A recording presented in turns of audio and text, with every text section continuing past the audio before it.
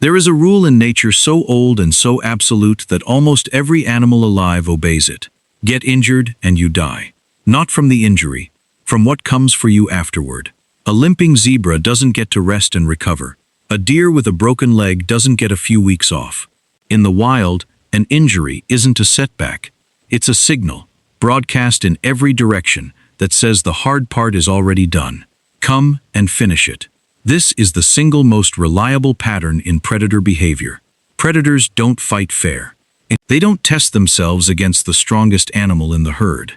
They scan a group of hundreds and pick out the one that's slightly off, the one lagging behind, the one whose stride isn't right. Then everything else is just paperwork. So here's the question that should genuinely bother you. Twist an ankle 5 miles deep in wolf country, and you'll limp out slowly, loudly, dragging a leg, bleeding through your sock, moving at the speed of a wounded animal. By every rule in the wild, you are now a walking invitation. And yet you'll almost certainly walk right out of that forest, and nothing will follow you. Why? Why does the oldest law in nature just quietly not apply to you? Let's start with how brutal that law actually is.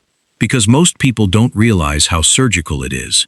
On a remote island in Lake Superior, scientists have been watching a population of wolves hunt moose for decades. It's one of the longest continuous studies of predator and prey ever run, and the results are chilling in their consistency. The wolves don't kill randomly. Year after year, they overwhelmingly kill the old, the sick, and the injured. When researchers examine the bones of the moose that died, they find arthritis, disease, damage. The healthy adults in their prime are almost untouched. The wolves aren't fighting a war. They're conducting an audit. And this happens everywhere, on every continent, with every predator. So an injured human should be the easiest audit result in the entire forest. And this is where your assumption breaks. Because you're imagining that the predator sees a wound. It doesn't. It has no idea you're hurt. This is the part that flips the whole thing around. A predator cannot diagnose you. It can't see your torn ligament. It doesn't know your ribs are cracked. It has never once assessed a blood loss situation. Predators have no concept of injury at all. What they read is behavior. Specifically, one behavior: failed flight. Here's what actually happens when a wolf tests a herd. It doesn't inspect them. It moves at them, and it watches what the herd does. Everything runs, and in that explosion of movement, the information appears. One animal launches a fraction of a second late. One animal's rhythm stutters. One animal can't hold the pace and starts sliding to the back. The injury never had to be visible. The chase revealed it. That's the trigger. Not blood. Not a limp standing still. Not weakness in the abstract. The failure to escape, performed live, in front of the predator. Which means the movie version, where a predator smells a drop of blood and locks on, gets it exactly backwards. Blood is not a starting gun. Blood is confirmation of a decision that was already made. And there's a cold economic reason predators work this way. Hunting is a losing business. Most attempts fail, even for the best hunters alive, and every failure burns calories the animal cannot get back. A predator that guesses wrong twice in a week is a predator in trouble. So they don't gamble on maybes. They wait for certainty, and certainty only arrives in that one moment when an animal tries to escape and its body betrays it. Now put yourself in that clearing, ankle wrecked, 40 minutes into a very bad afternoon. Watch what you actually do. You don't run. You sit down. You swear a lot. You dig through a bag with your hands. You pull out fabric and wrap your leg. You stand up using a stick you just made into a tool. You talk out loud to nobody. Maybe you shout for a friend. Then you move off in a slow, deliberate, absolutely unhurried line, because there's nothing you can do about it.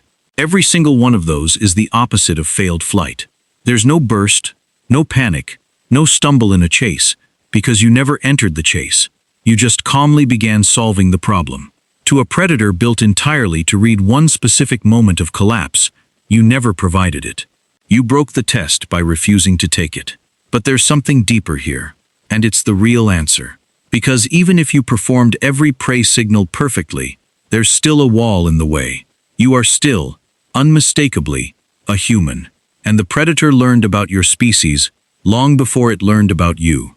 Every large carnivore alive tonight descends from ancestors that lost this argument with us for tens of thousands of years.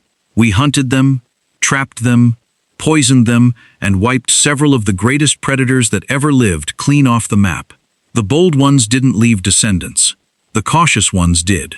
So what's left is an animal carrying an inherited instruction that runs deeper than hunger, and it doesn't come with exceptions written in. It doesn't say avoid healthy humans. It says avoid humans. Your species is the category. Your condition is a detail the predator can't even perceive. Your reputation doesn't get suspended because you're having a bad day.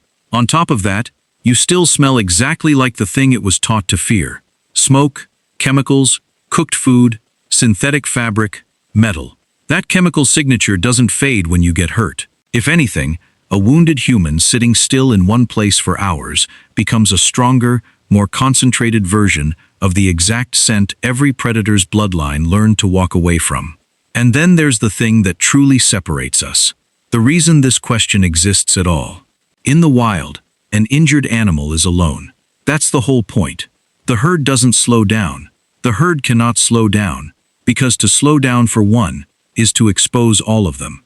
Nature has no mercy in it, because mercy costs the group its life. Humans broke that rule, and we broke it a very long time ago. Deep in a cave in Iraq, archaeologists found the skeleton of a Neanderthal man who lived roughly 45,000 years ago. His injuries are almost hard to read. His right arm was withered and useless, likely lost below the elbow. He'd suffered a crushing blow to the left side of his face that probably blinded that eye.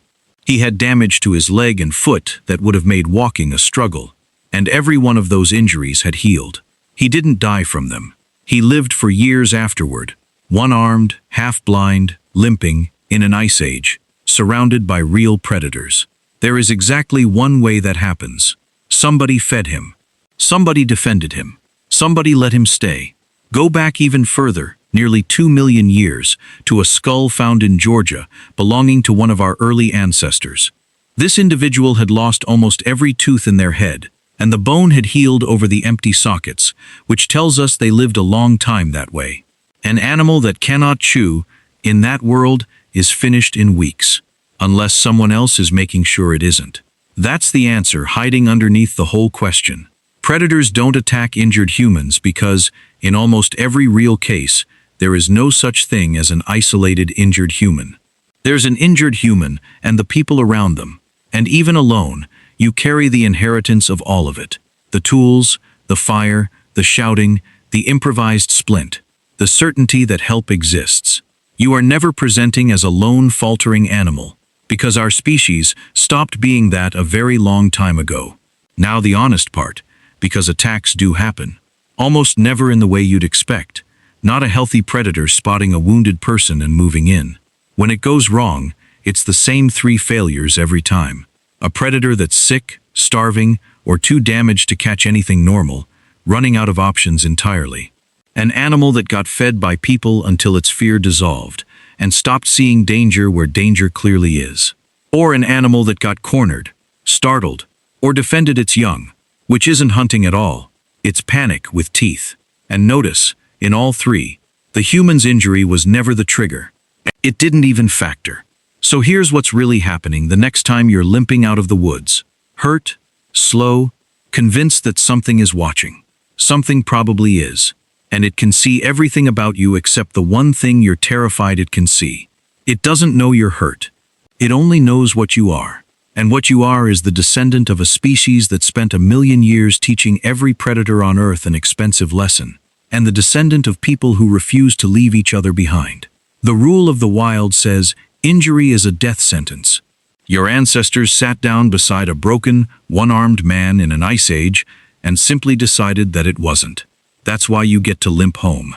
If this changed how you see the wild, drop a comment below and tell me, do you think humans are the only animal that takes care of its wounded? Because the answer might not be as obvious as you think.